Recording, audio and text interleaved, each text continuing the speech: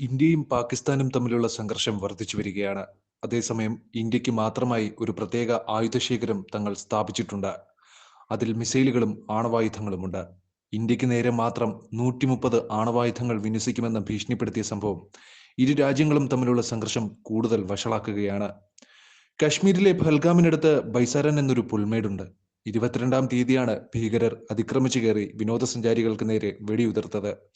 പാകിസ്ഥാൻ പിന്തുണയുള്ള ഭീകര സംഘടനയായ ദ റെസിസ്റ്റൻസ് ഫ്രണ്ടാണ് ആക്രമണം നടത്തിയതും.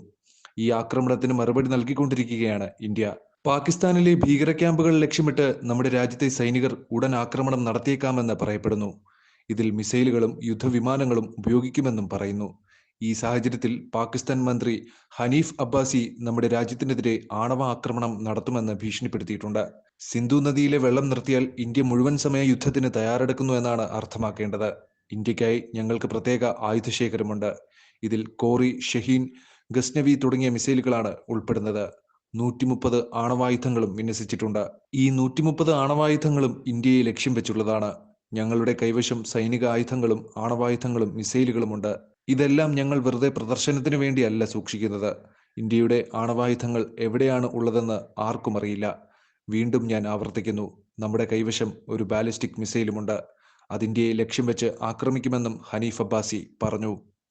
പാകിസ്ഥാന്റെ കരസേന, വ്യോമസേന, നാവികസേന എന്നിവ ഇന്ത്യയുടേതിനേക്കാൾ ദുർബലമാണ്.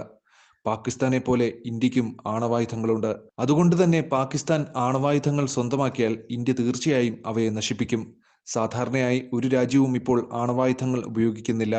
റഷ്യ യുക്രൈൻ യുദ്ധം, ഇസ്രയേൽ ഗാസ യുദ്ധം തുടങ്ങിയ വർഷങ്ങളോളം നീണ്ടുനിന്ന യുദ്ധങ്ങളിൽ പോലും ആണവായുധങ്ങൾ ഉപയോഗിച്ചിട്ടില്ല. വാസ്തവത്തിൽ 2-ാം ലോകമഹായുദ്ധത്തിന് ശേഷം എല്ലാ രാജ്യങ്ങളും കൈവശം വെച്ചിരിക്കുന്ന ആണവായുധങ്ങൾ വെറും പ്രദർശനവും ഭീഷണിപ്പെടുത്താനുള്ള ഒരു മാർഗവുമാണ്. എന്നിരുന്നാലും പാകിസ്ഥാന്റെ ആണവ ഭീഷണിക്ക് പിന്നിൽ ഇന്ത്യയെക്കുറിച്ചുള്ള ഭയമാണ്. ഇന്ത്യ പാകിസ്ഥാനെ എവിടെ വെച്ച് ആക്രമിക്കുമെന്ന് പാകിസ്ഥാനികൾക്ക് വലിയ ഭയമുണ്ട്. ഈ ഭയം മറച്ചുവെക്കാനാണ് പാകിസ്ഥാനികൾ ആണവായുധങ്ങൾ, യുദ്ധവിമാനങ്ങൾ, മിസൈലുകൾ എന്നിവയെക്കുറിച്ച് വീമ്പിളക്കുന്നത്.